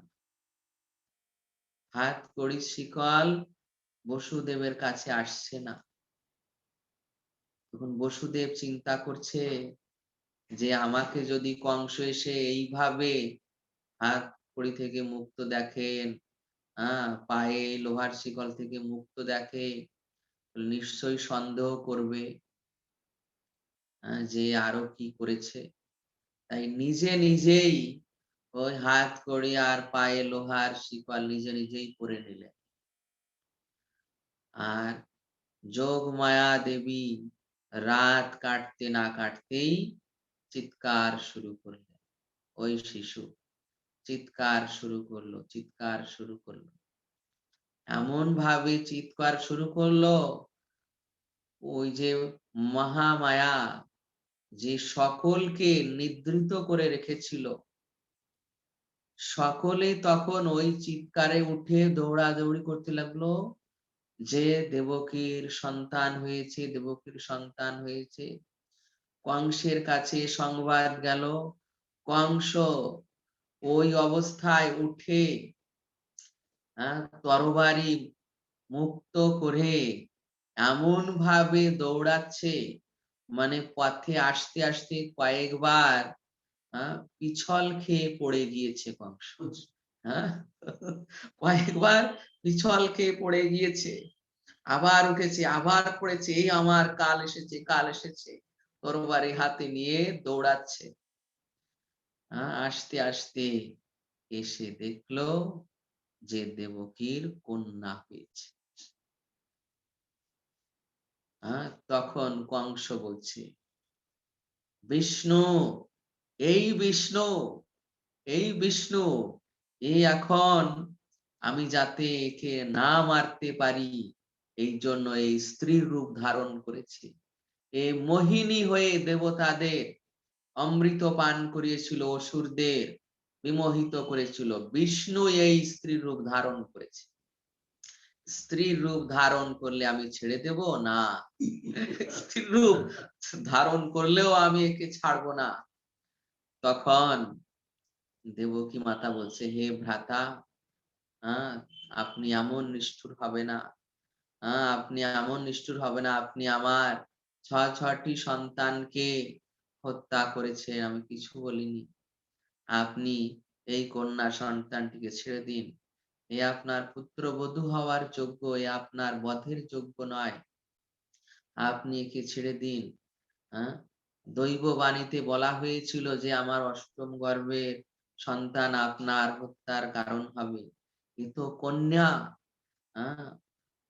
দেবকী মাতা বারবার বলছেন, কংস বলছে না, বিষ্ণু এই কন্যার রূপ ধারণ করেছে, এই বিষ্ণু, একে আমি কিছুতেই ছাড়বো না। দেবকী মাতার হাত থেকে জোর করে ছিনিয়ে নিল, ছিনিয়ে নিয়ে ওই কংস প্রতিবারই একটা পাথরের উপর আঘাত করে ওই ৬টি বাচ্চাকে মেরেছে। সেই পাথরের কাছে নিয়ে গিয়েছে। নিয়ে গিয়ে যখনই আহ হুম, তার চরণ ধরে মারতে গিয়েছে আছাড়, ওই পাথরের সঙ্গে মাথা আহ দিয়ে ঘা দিতে গিয়েছে, তখনই কংসের হাত থেকে এমন ভাবে ঝাঁকা দিয়ে কংস নিচে পড়ে গিয়েছে। নিচে পড়ে গিয়ে দেখছে যে ওই কন্যা আকাশে উত্থিত হয়ে অষ্টভুজা দেবী মূর্তি ধারণ করেছে। কংস দেখছে, আরে এ তো আমার আরাধ্য দেবী, এ তো আমার আরাধ্য দেবী। তখন হাত জোড় করে দেবীর স্তুতি করছে। আর দেবী তিনি দুর্গা রূপে, যোগমায়া দেবী কংসের সামনে দুর্গা রূপ প্রকাশ করেছিলেন। যোগমায়া তিনি ভগবানের অন্তরঙ্গা শক্তি, তিনি অভক্তদের সামনে নিজেকে প্রকাশ করেন, অভক্তদের সামনে তার বহিরঙ্গা শক্তির প্রকাশ করেন দুর্গা রূপে। দুর্গা রূপে তিনি প্রকাশিত করে নিজেকে তিনি বলছেন, ওরে মোড়ো কংস, তুমি কি আমাকে মারবে? তোমাকে মারার জন্য কেউ জন্মগ্রহণ করেছে কোথাও। তোমাকে মারার জন্য কেউ কোথাও জন্মগ্রহণ করেছে। কংসকে মানে সন্দিগ্ধ চিত্ত করে রাখলেন, তোমাকে মারার জন্য কেউ জন্মগ্রহণ করেছে, কোথায়? কোথাও জন্মগ্রহণ করেছে। এইভাবে কংসকে মানে সন্দিগ্ধের মধ্যে ফেলে দিলেন, সন্দিগ্ধ চিত্তের মধ্যে। আর এই বলে তিনি চলে গেলেন। আর কংস উঠে চিন্তা করছে, তাহলে দেবতাদেরও বাণী মিথ্যা হয়? কংস তখন কারাগারে এসেছে, কারাগারে এসে বসুদেব দেবকীর কাছে ক্ষমা প্রার্থনা করেছে, চোখের জল দিয়ে তাদের পূজা করেছে। কংস যে হে হে আমার বোন, হে বসুদেব, আমি বুঝতে পারিনি যে দেবতারাও মিথ্যা কথা বলে, দেবতারাও যে মিথ্যা কথা বলে, আজ আমি এটা প্রমাণ পেলাম। আমার ইষ্ট দেবী বললেন যে বিষ্ণু অন্য কোথাও জন্মগ্রহণ করেছে, অথচ সেই দিন দৈববাণী করেছিল দেবতারা যে দেবকীর অষ্টম গর্ভের সন্তান তোমার কাল হবে। আর আমি আকাক করে তোমাদের ৬টি সন্তানকে হত্যা করেছি। আমি মহা অপরাধ করেছি, আমি মহা পাপী, তোমরা আমাকে ক্ষমা করো, তোমরা আমাকে ক্ষমা করো। এই বলে কংস দেবকীকে প্রণাম করছেন, বসুদেবকে প্রণাম করছেন। তখন বসুদেব দেবকী ক্ষমা করে দিলেন, কি করবে, ক্ষমা করে দিলেন। তারপর সসম্মানে তাদের রাজ্য প্রাসাদ সব ফিরিয়ে দিলেন। কংস এখন তার সমস্ত মন্ত্রীদের ডেকে চারিদিক সংবাদ প্রেরণ করেছে যে হে আমার অসুরগণ, আজ থেকে 10 দিনের মধ্যে এই মথুরার আশেপাশে যেখানে যত বাচ্চার জন্ম হয়েছে সব বাচ্চাদের সংহার করো, সমস্ত বাচ্চাদের সংহার করো। 10 দিনের যত বাচ্চা আছে সমস্ত বাচ্চাদের সংহার করো। তখন এই বললে চানুর মুষ্টিক তারা যুক্তি দিচ্ছে যে হে মহারাজ, এখন যদি এই বাচ্চাদের সংহারের আদেশ দেন এইভাবে, তাহলে সমস্ত প্রজারা আপনার বিরোধিতা করতে শুরু করবে। তার থেকে অন্য কোনো উপায় উদ্ভাবন করা যাক। তখন ওর মাঝে পুতনা চলে এসেছে, পুতনা রাক্ষসী, যে কাউকে কিছু করতে হবে না, বাচ্চাদের সংহার করতে হবে, এটা আমি নিজেই করব। এই বলে এই বলে সে তৈরি হচ্ছে কংসের কাছ থেকে আজ্ঞা নিয়ে যে সেই বাচ্চাদের হত্যা করার এই ভার, এই সেবা, কংসের এই সেবা সেই গ্রহণ করবে। যত বাচ্চাদের হত্যা করার ভার সে গ্রহণ করবে, বাচ্চাদের বুকের দুধ খাইয়ে সে মেরে। এদিকে এই পুতনা তৈরি হচ্ছে, আর ওদিকে নন্দালয়ে পরের দিন ভোরবেলা যখন সকলে দেখলো যে লালা হয়েছে, তখন নন্দোৎসব, নন্দ মহারাজের বাড়িতে নন্দোৎসব শুরু হয়েছে। সমস্ত ব্রজবাসীরা তারা নন্দ মহারাজের পুত্রের জন্য সমস্ত উপঢৌকন, সোনা, মণি, মুক্তাহার, জহরাত আদি মূল্যবান বস্তু নিয়ে সকলে দেখতে এসেছে। ব্রজবাসীরা নন্দ মহারাজ সমস্ত পুরোহিতদের নিমন্ত্রণ করে বৈদিক যজ্ঞ সমস্ত কিছু করে পুত্রের জন্ম মহোৎসব পালন করলেন। নন্দ মহারাজ স্বয়ং আনন্দকে প্রাপ্ত হয়ে তিনি এমন ভাবে জন্ম মহোৎসব পালন করলেন যে আকাশের দেবী দেবতারাও নৃত্য করতে শুরু করেছে। এরপর ষষ্ঠ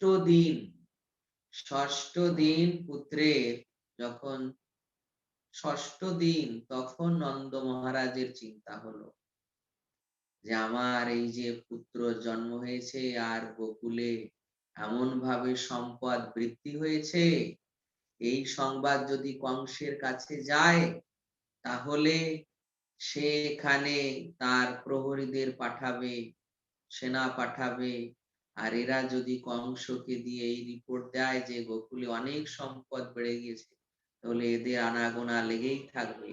এর থেকে গোকুলে যেন ওই কংসের কোনো অনুচর না আসতে পারে, এই জন্য আমরা কয়েক বছরের খাজনা, কয়েক বছরের পর কংসকে আগে থেকেই দিয়ে আসে।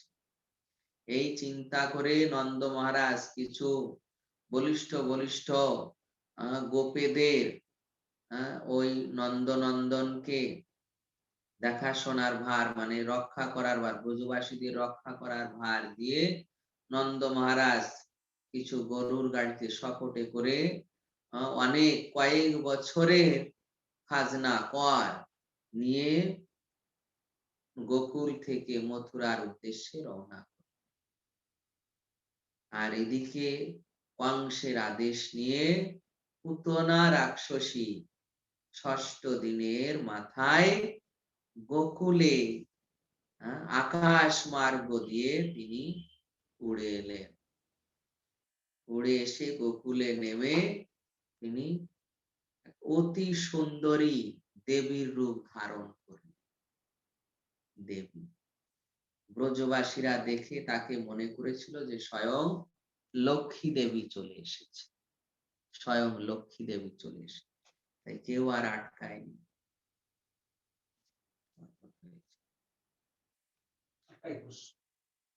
এইভাবে পুতনা রাক্ষসী যখন লক্ষ্মী দেবীর রূপ ধারণ করে গোকুলে এসেছেন, তখন সমস্ত ব্রজবাসীরা এক দৃষ্টিতে চেয়ে আছে যে কোনো দেবী এসেছেন, তাই আর কেউ আর বাধা দেয়নি। গোপীরা দেখে মনে করছেন যে স্বর্গ থেকে, বৈকুণ্ঠ থেকে লক্ষ্মী দেবী চলে এসেছেন, এবং পুতনা হাতে একটি পদ্মফুলও নিয়েছিল, ঘোরাচ্ছিল। পদ্ম ফুল নিয়ে ওই যখন হাতে ঘোরাচ্ছে, তার রূপ দর্শন করে গোপীরা চিন্তা করছেন যে বৈকুণ্ঠ থেকে সাক্ষাৎ লক্ষ্মী দেবী তার পতি নারায়ণকে খুঁজতে এসেছেন।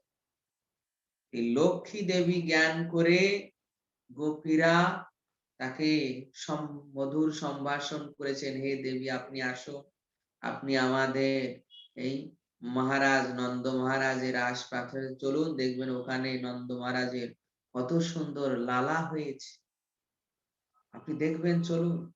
এইভাবে তাকে ডাকতে ডাকতে পথ দেখিয়ে গোপীরা চলে গেলেন নন্দ মহারাজের আঙিনায়। ভিতরে গেট থেকে প্রবেশ করে ভিতরে মহলের মধ্যে অন্তর মহলে যেখানে রোহিণী মাতা যশোদা মাতা কৃষ্ণ বলরামকে দোলনায় নিয়ে আছেন, সেখানে চলে আর সেখানে গিয়ে পুতনা ওই বেশে ভিতরে প্রবেশ করে ঠিক যখনই প্রবেশ করেছেন শ্রীকৃষ্ণ চোখ বন্ধ করে নিয়েছেন। শ্রীকৃষ্ণ চোখ বন্ধ করে নিয়েছেন। আচার্যগণ বলছেন যে ভগবান যদি পুতনার দিকে তাকাতেন এক দৃষ্টিতে, পুতনা ভয়ে তার স্বরূপ প্রকাশিত হয়ে যেত ওখানে। এই জন্য ভগবান চাননি যে ওখানেই তাকে কিছু করবেন, চোখ বন্ধ করে দিলেন। ভগবানের আরেকটি মনোভাব যে তুমি এসেছ এই যে মায়ের রূপে, মায়ের ভাবে, ব্রজবাসীদের রূপে, আর তোমার হৃদয় কাম বসা কামনা, তোমার মতো দুরাচারী কামিনীকে আমি দর্শন করতে চাই। ভগবান চোখ বন্ধ করে দিলেন। আরো আছে আচার্যদের ভাব, এইভাবে ভগবান চোখ বন্ধ করে নিলেন। পুতনা রাক্ষসী ওই মায়ের মতো অভিনয় করে ওখানে বসলেন, আর মা যশোদার কাছে জিজ্ঞাসা করছেন কতক্ষণ কতক্ষণ বাচ্চাকে ঘুম পাড়িয়ে রেখেছ? এইভাবে যদি এতক্ষণ বাচ্চাদের ঘুম পাড়িয়ে রাখো, অসুস্থ হয়ে পড়বে।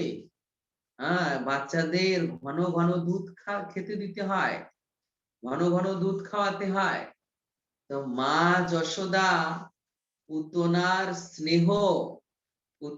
স্নেহ ওই বাচ্চার প্রতি পুতনার স্নেহ দেখে মনে করছেন যে আমি মা না এই দেবী এই পুত্রের মা। মা যশোদা অত্যন্ত তার দ্বারা মোহিত হলেন, মানে পুতনার হাব ভাব চাল চলন। মা যশোদাও বুঝতে পারেনি যে পুতনা রাক্ষসী, আমার পুত্রকে সংহার করতে এসেছে। মা যশোদা মনে করেছে যে এ কোনো দেবী, এ যদি আমার বাচ্চাকে আশীর্বাদ করে তাহলে আমার বাচ্চা নিরোগ হয়ে যাবে। তখন পুতনা হাব ভাবে বুঝিয়ে দিচ্ছেন যে আমি কি তোমার বাচ্চাকে একটু দুধ পান করাতে পারি? তখন মা যশোদা চিন্তা করছেন যে স্বর্গ থেকে এসেছে দেবী, আমার বাচ্চা যদি দুধ পান করে তাহলে নিরোগ হয়ে যাবে, চিরজীবী হবে, অতএব একে অনুমতি দেওয়া হোক। মা যশোদা ইশারায় অনুমতি দিয়ে দিলেন। তখন পুতনা দুহাত দিয়ে কৃষ্ণকে তুলেছেন, তুলে বুকে নিয়েছেন, তখন স্তন পান করতে দিয়েছে। আর শ্রীকৃষ্ণ তখন তার মুখে পুতনা নিজের স্তন ঢুকিয়ে দিয়েছে। আর কৃষ্ণ তখন ওই যে চোখ বন্ধ করে আছে, তখনও চোখ বন্ধ করে ওই অবস্থায় পুতনা তার দুধ তার মুখে ঢুকিয়ে দিয়েছে। কৃষ্ণ রোষ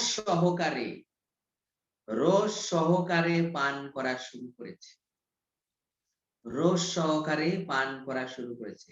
আর হাত দিয়ে তার বক্ষস্থলকে এমন ভাবে ধরেছে, হাত দিয়ে বক্ষস্থলকে ধরেছে, আর এমন ভাবে চুষছেন যেন মনে হচ্ছে যে পুতনার প্রাণ বেরিয়ে যাও। কিছুক্ষণ পর আর কিন্তু পুতনা সহ্য করতে পারছে না, আর সহ্য করতে পারছে না। তখন তার মনে হচ্ছে প্রাণ বায়ু বেরিয়ে যাচ্ছে। তখন ধীরে ধীরে ছোড় লালা ছোড়, তখন শুরু হয়েছে ছোড় লালা বহুত পি লিয়া, মানে অনেক খেয়েছো, অনেক খেয়েছো, এখন ছেড়ে দাও, অনেক খেয়েছো, এখন ছেড়ে দাও, ছোড় রে লালা ছোড়, ছোড় ছোড়। এই বলতে বলতে পুতনা দেখছে যে আর সহ্য হচ্ছে না, তখন এবার চিৎকার করা শুরু করেছে, ছোড় ছোড়। আর এক পর্যায়ে এমন হয়েছে যে দুহাত দিয়ে ওই বাচ্চাকে মারতে শুরু করেছে, ছড় ছড়। হ্যাঁ, আর কৃষ্ণ ছোট বাচ্চা, ওর ছোড় কি আর জোড় কি,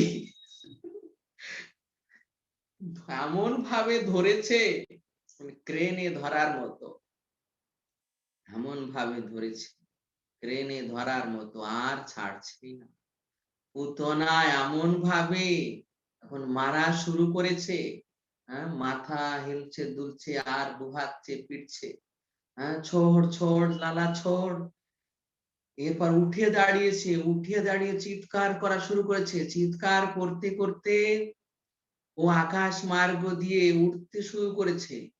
আর উঠতে উঠতে তখন তার স্বরূপ প্রকাশিত হয়েছে, সকলে দেখছে যে এ কোনো দেবী নয়, এ রাক্ষসী। তখন চিৎকার শুরু করে, রাক্ষসী রাক্ষসী। পুতনা তো ওইভাবে চিৎকার করছে আর ছড় ছড় করে চিৎকার করছে। আর কৃষ্ণ তার বুকে এমন ভাবে ধরেছেন আর ছাড়াতেই পারছেন, আর চরণ দিয়ে তার উদরে ধরেছেন, মানে দুই হাত পা দিয়ে এমন ভাবে ধরেছেন আর ছাড়ানোর উপায় নেই। হ্যাঁ, কৃষ্ণ যাকে ধরে তাকে আর ছাড়ানো যায় না। এইভাবে কৃষ্ণ ধরে তার প্রাণ বায়ু শুষে নিয়েছেন। আর কংসের ছিল বাগিচা, কংসের ছিল বাগিচা মথুরায়, ওখান থেকে ফল যেত। সেই ফলন্ত বৃক্ষের উপর, ফলন্ত বৃক্ষের উপর প্রায় 10-12 মাইল, 10-12 মাইল এরকম বিরাট শরীর পুতনা প্রকাশিত হয়ে ওই সমস্ত গাছ ভেঙে নিয়ে পড়েছে। আর কৃষ্ণ পুতনার বুকের উপর বসে ওখানে খেলছে। গোপীরা চিৎকার করতে করতে তখন ওখানে দেখছে যে ওই রাক্ষসীর বুকের উপর পড়েছে। তাই ওই রাক্ষসীর গোপীরা অভয় হয়ে, গোপীদের তখন এত সাহস হলো যে রাক্ষসী তবু কি, তো ওর শরীর বেয়ে বেয়ে ওর উপরে উঠলো, আর ওখান থেকে কৃষ্ণকে নামিয়ে এনে প্রথমে গাভীর মূত্র, গাভীর মূত্র দিয়ে স্নান করালো, তারপর গোবর দিয়ে তাকে দ্বাদশ সঙ্গে তিলক করে দিল, তারপর এক এক করে তার স্বস্তি বাচন, এ কবচ ও কবচ দিয়ে কৃষ্ণের নাম দিয়ে কৃষ্ণকে রক্ষা করছেন গোপীরা। এইভাবে এই শ্রীকৃষ্ণ এই ব্রহ্মার এই সপ্তম মন্বন্তরে স্বয়ংভূ বৈবস্বত মনুর আমলে এই অষ্টবিংশ চতুর্যুগে এইভাবে আবির্ভূত হয়ে এই রকম লীলাবিলাস করতে শুরু করেছিলেন। ধীরে ধীরে তার এই রকম লীলাবিলাস আরো প্রকাশিত হতে থাকে। তা আজ আমাদের সময় এখানে সমাপ্ত হয়ে গেছে। এইভাবে ভগবান শ্রীকৃষ্ণ এই জগতে বিংশতি অবতার রূপে আবির্ভূত হয়েছেন, তবে তিনি কোনো সাধারণ অবতার নন, তিনি হচ্ছেন অবতারী, স্বয়ং ভগবান। অবতারগণ যার থেকে প্রকাশিত হয় তিনি হচ্ছেন স্বয়ং অবতারী। এর পিছনে ভগবান কেন এলেন আরো অনেক কারণ রয়েছে, আরো অনেক কারণ। কিভাবে গোলকে লীলা হয়, সেই লীলার পরিপ্রেক্ষিতে কিভাবে রাধারানী আর শ্রীদামের মধ্যে অভিশাপ হয়, ভগবান রাধারানীর জন্য তার ধাম থেকে 84 ক্রোশ ব্রজভূমি, যমুনা, গোবর্ধন এই জগতে প্রেরণ করেন। কৃষ্ণ আসার সময় কিভাবে ছয় ছয় রূপ তার সঙ্গে একত্রীভূত হয়, এসব আরো গর্ভ সংহিতা আরো অনেক বিস্তৃত আছে। এখন আমাদের সময় শেষ, এখানে বিশ্রাম থাকছে। হরে কৃষ্ণ কৃষ্ণ কৃষ্ণ হরে হরে, হরে রাম রাম রাম হরে জয় জামল পুরাণ শ্রীমদ ভাগবতাম কি জয়, কৃষ্ণ জন্ম মহোৎসব কি জয়, জয় জগৎগুরু শিল প্রভুপাদ কি জয়, নিতাই নিতাই গৌর প্রেমানন্দে হরে হরে। হরে বল। আরো প্রশ্ন আছে?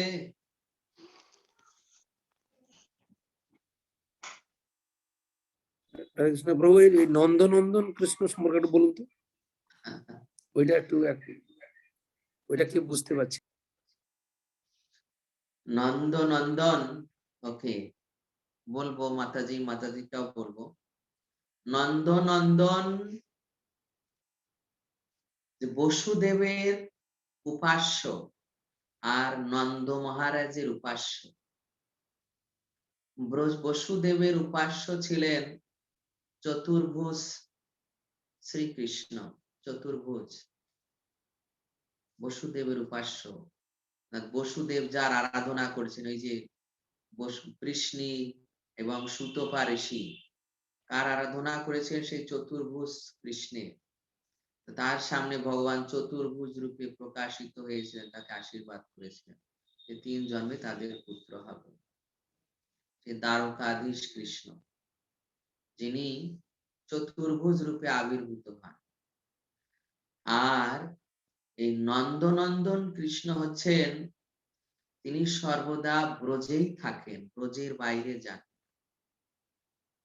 তবে এই নন্দনন্দন এবং বসুদেব কৃষ্ণের মধ্যে তত্ত্বগত কোনো ভেদ নেই। এমন নয় যে 2 কৃষ্ণ, এমন নয় যে 2 ভগবান, একই ভগবান। যেমন দেখুন, আপনি যখন বাড়িতে, তখন আপনার বেশভূষা সিম্পল। আপনি যখন বাড়িতে আপনার বেশভূষা সিম্পল, আপনি যখন বাড়িতে আপনার পরিকর কারা, আপনার স্ত্রী, পুত্র, ভাই, বন্ধু, পরিকর। আপনি যখন বাড়িতে তখন ফ্রি মাইন্ডে, খোলামেলা ভাব। আর যখন আপনি অফিসে যাচ্ছেন, তখন আপনার কোট, স্যুট, প্যান্ট, টাই, এইরকম বেশ। অফিসে যখন যাচ্ছেন তখন পরিকর কারা, অফিসের স্টাফ। তারপর সেখানে একটি মার্জিত সংযম ভাব, সম্ভ্রম ভাব। এই রকম শ্রীকৃষ্ণ যখন বাড়িতে, মানে বাড়ি কোনটা? বৃন্দাবন। শ্রীকৃষ্ণের বাড়ি হচ্ছে বৃন্দাবন। বৃন্দাবনে তার একরকম সাজসজ্জা, একরকম পরিকর। বৃন্দাবনে এক ভাব, নটবর, নটবর রাধারমণ ভাব, এইরকম ভাব। আর যখন তিনি দ্বারকা বা মথুরায়, তখন রাজবেশ, ক্ষত্রিয় ভাব, পরিকর আলাদা, রাজাদের সঙ্গে ওঠা বসা, এইরকম।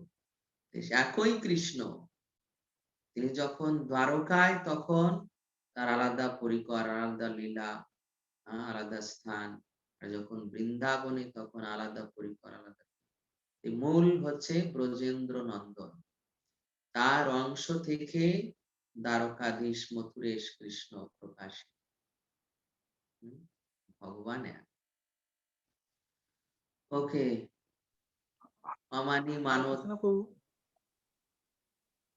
প্রভু বলছি পুতনা রাক্ষসীর কি পুনর্জন্মে কোনো সুকৃতি কর্ম ছিল যে ভগবানকে দুগ্ধ পান করতে পেরেছিল না? হ্যাঁ, সেই সে জন্য কি বলি মহারাজের কন্যা ছিল, বামন দেবকে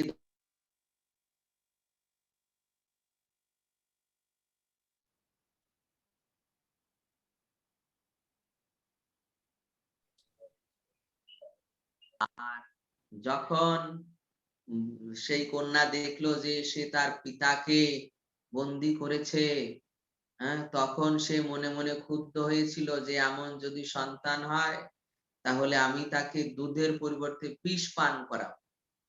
ভগবান দুটি ইচ্ছাই পূর্ণ করেছিল। তা সে ওই হরে বলি কৃষ্ণ মহারাজ, প্রভু, হরে কৃষ্ণ প্রভু, মাঝখানে একটু শুনিনি, এটা আবার একটু বলেন তো,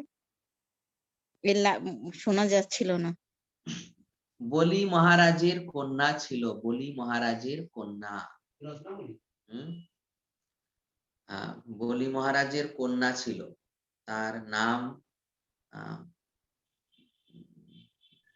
রত্নাবলী না বৃন্দাবলী যেন, যাই হোক, বলি মহারাজের কন্যা। বলি মহারাজের স্ত্রীও আছে কিন্তু কন্যা আছে, আর কন্যা ওই প্রার্থনা করেছিলেন, তাই ভগবান ওই প্রার্থনা পূরণ করেছিলেন।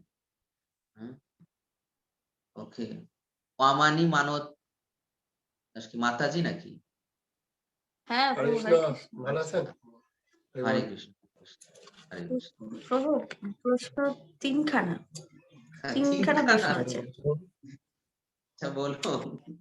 তো ফার্স্ট প্রশ্ন যেটা হচ্ছে, আপনি এই যে বললেন যে এক কল্পে যমুনায় পড়ে গেছিল কৃষ্ণ, তো প্রত্যেক কল্পে কি ভগবানের কৃষ্ণ রূপে এসে অবতার করেন?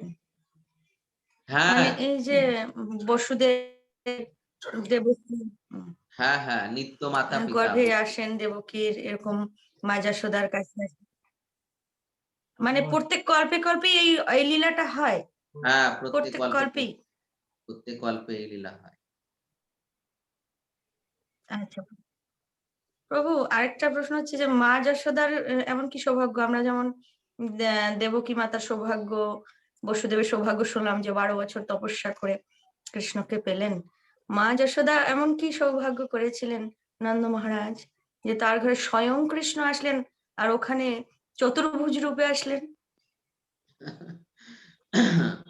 এই প্রশ্নটা পরীক্ষিত মহারাজ সুখদেব গোস্বামীর কাছে করেছিলেন যে হে ব্রাহ্মণ, মা যশোদার নন্দ বাবার এমন কি সৌভাগ্য তারা কৃষ্ণের এই বাল্যলীলা দর্শনের সুখ প্রাপ্ত হয়েছেন।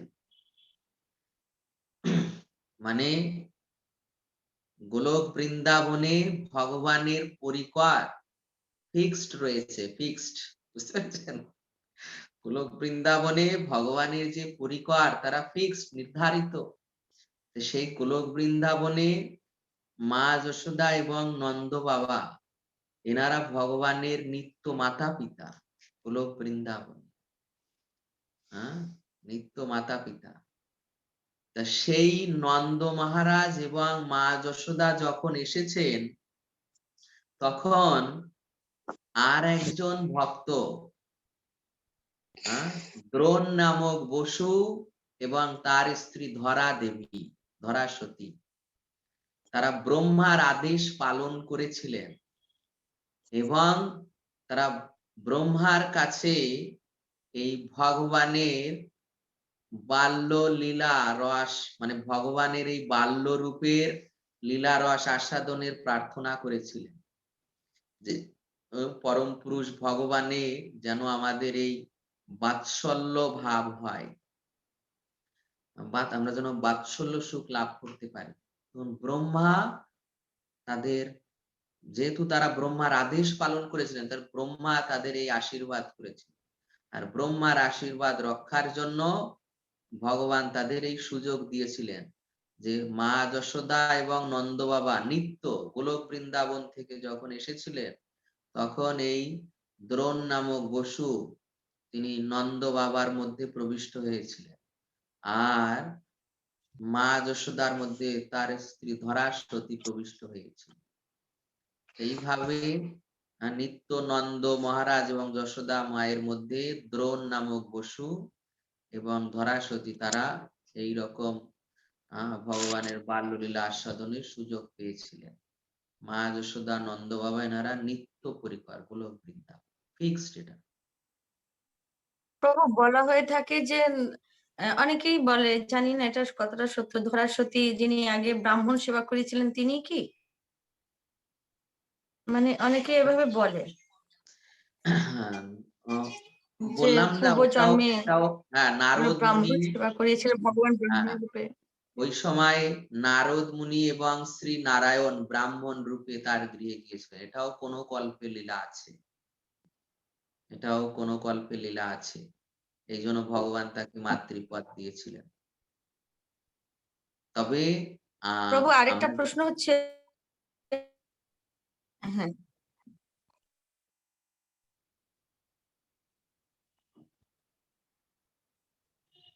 ওকে, আর আর কোন প্রশ্ন, আর কার প্রশ্ন আছে? হ্যাঁ আরেকটা প্রশ্ন আছে প্রভু। ইন্দ্র ভগবান কে যখন বৃষ্টি দিচ্ছিল তখন বুঝতে পেরেছে যে ভগবান পৃথিবীতে এসেছে, কিন্তু যখন গোবর্ধন পর্বতে বৃষ্টি দিচ্ছিল তখন কেন বুঝতে পারেনি যে ভগবান এসছে? ইন্দ্র ওই সময়ও বুঝতে পেরেছেন, তারপর যখন ভগবান গর্ভে এসেছিল দেবকী মাতার উদরে তখনও ইন্দ্র এসে গর্ভস্তুতি করেছিল, তখনও বুঝতে পেরেছিল যে ভগবান। কিন্তু বুঝতে পেরেছেন ভগবানের যোগ মায়ার প্রভাব, ভগবানের যোগ মায়ার শক্তির প্রভাব। এই যোগ মায়ার শক্তি যেমন ব্রহ্মাকে মোহিত করেছিল ঠিক তেমন ভাবে ইন্দ্রকেও মোহিত করেছিল। যে যেহেতু ইন্দ্রের মধ্যে এই প্রকার অভিমান ছিল যে আমি স্বর্গের রাজা, আমি স্বর্গের রাজা, অতএব আমারই পূজা হওয়া উচিত। সেখানে এই গোপেরা কেন এই পর্বতের পূজা করছে, আমার পূজা বন্ধ করে, এই রকম তার অহংকার হয়েছিল, অভিমান হয়েছিল। সে জানতো তথাপি ভগবান তাকে এই এমন ভাবে প্রস্তুত করেছেন যাতে তার মাধ্যম দিয়ে তিনি একটি বিশেষ লীলা করতে পারেন, যে লীলার মাধ্যমে যুগে যুগে সমস্ত মানুষ তারা এই গোবর্ধনের পূজা করবে। গোবর্ধনের এই পূজা প্রতিষ্ঠার জন্য ভগবান এইরকম লীলা করেছিলেন। ইন্দ্র তো গর্ভস্তুতিতেও এসে ভগবানকে স্তুতি করেছে, তারপর এই বৃষ্টি দান করলো, তখনও জানে। তথাপি সে অহংকারের প্রভাবে এমনই বিমোহিত হয়েছে যে ভগবান শ্রীকৃষ্ণের এত সমস্ত লীলা বিলাস দেখছে যে প্রতিদিন এইভাবে দৈত্য দানব মারা পড়ছে, দেবতারা জয়ধ্বনি করছে, এটা জানা সত্ত্বেও সে মানে অহংকারে পদ পজিশন তার এত বড় হয়েছিল, এই জন্য তার এত অহংকার হয়েছিল। আর অহংকার হলে কি হয়, সে মোহিত হয়, অহংকার হলে সে মায়াগ্রস্ত হয়, তাই হয়েছিল। হরে কৃষ্ণ। হরে কৃষ্ণ প্রভু। কংসের ইষ্ট দেবীর নাম কি বললেন প্রভু? কংসের ইষ্ট দেবীর নাম দুর্গা দেবী। দুর্গা দেবী, কংসের ইষ্ট দেবীর নাম? হ্যাঁ দুর্গা দেবী। ওকে, আর আর ভক্তদের প্রশ্ন? হরে কৃষ্ণ প্রভু, ওই যে আপনি যে বললেন হর্ষণ যোগ, হর্ষণ যোগে ভগবান আবির্ভূত হয়েছেন, এই হর্ষণ যোগটা কি আসলে? হর্ষণ যোগ যে এই যে গ্রহ নক্ষত্র এমন একটা উচ্চ অবস্থানে অবস্থান করে, এমন একটা উচ্চ অবস্থানে একটা যোগ হয় না, যোগ এই যে অমৃত যোগ, তারপর এইরকম বিভিন্ন যোগ রয়েছে। যখন গ্রহ এই গ্রহের স্থানের উপর নির্ভর করে এটা, গ্রহগুলো কোন স্থানে অবস্থান করছে, সেই অবস্থান অনুযায়ী এক একটা যোগ রয়েছে। এটা যারা এই জ্যোতিষী তারা ভালো বলতে পারবে যে কোন যোগটা কি। গ্রহের অবস্থানের ভিত্তিতে এটা নির্ধারণ। পূর্ব আমার আর একটা প্রশ্ন, সেটা হয়েছে আমি আসলে এই ব্যাপারটা জানি না, আমার মেয়ে বললো, সেটা হলো যমরাজের সাথে যুধিষ্ঠিরের কোনো আছে নাকি, মানে এখানে রিলেশন আছে কি নাই কোন জন্মে বা কখনো? যমরাজ তার আরেক নাম হচ্ছে ধর্মরাজ, বুঝতে পেরেছেন? যমরাজের আরেক নাম হচ্ছে ধর্মরাজ। তা সেই ধর্মরাজের ঔরসে মাতা কুন্তী দেবীর জ্যেষ্ঠ পুত্র হয়, তার নাম হচ্ছে যুধিষ্ঠির মহারাজ, বুঝতে পেরেছেন? আবার সেই যমরাজই আবার অভিশাপগ্রস্ত হয়ে বিদুর হলেন। বিদুর। ওকে, আর কোনো প্রশ্ন?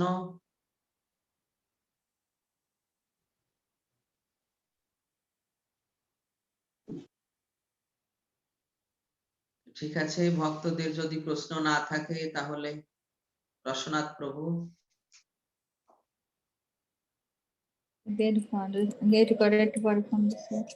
হরে কৃষ্ণ প্রভু। তো সমস্ত ভক্তদের চরণে দণ্ডবাদ প্রণাম, এবং আমাদের সবার পক্ষ থেকে নমস্কার প্রভুকে অনেক অনেক ধন্যবাদ আর নতুন বছরের শুভেচ্ছা সকলকে। এখন আমরা ভগবান দর্শন করে ভগবানের কাছে প্রার্থনা করে আমরা আজকে সমাপ্ত করি। প্রভু হরে কৃষ্ণ, সবাই একটু প্রভুর জন্য প্রার্থনা করেন। প্রভু জ্বর আজকে সারাদিন ধরে অনেকখানি জ্বর। মাতাজি আপনি কি দাঁত ব্যথা হয়েছিল? দাঁত তো ব্যথা করছে আচ্ছা, অনেক, প্রশ্ন নেই। দাঁত ব্যথা করছে প্রভু, জ্বর আজকে সারাদিন। আচ্ছা, তাহলে আমরা সবাই প্রভু আপনার জন্য 3 বার আর দেশবাসীর জন্য 3 বার হরে কৃষ্ণ। সব ভক্তেন্দু চরণে দণ্ডবোধ প্রণাম। রামেশ্বর প্রভু এত সুন্দর মধুর ভাগবত আমাদের শোনাচ্ছেন, আসলে খুব ভালো, খুব ভালো লাগছে। আর আমার কোনো প্রশ্ন থাকে না। আপনাদের আমেরিকাবাসী ভালো আছে তো সকলে? হ্যাঁ, আপনাদের আশীর্বাদে ভালো আছে প্রভু।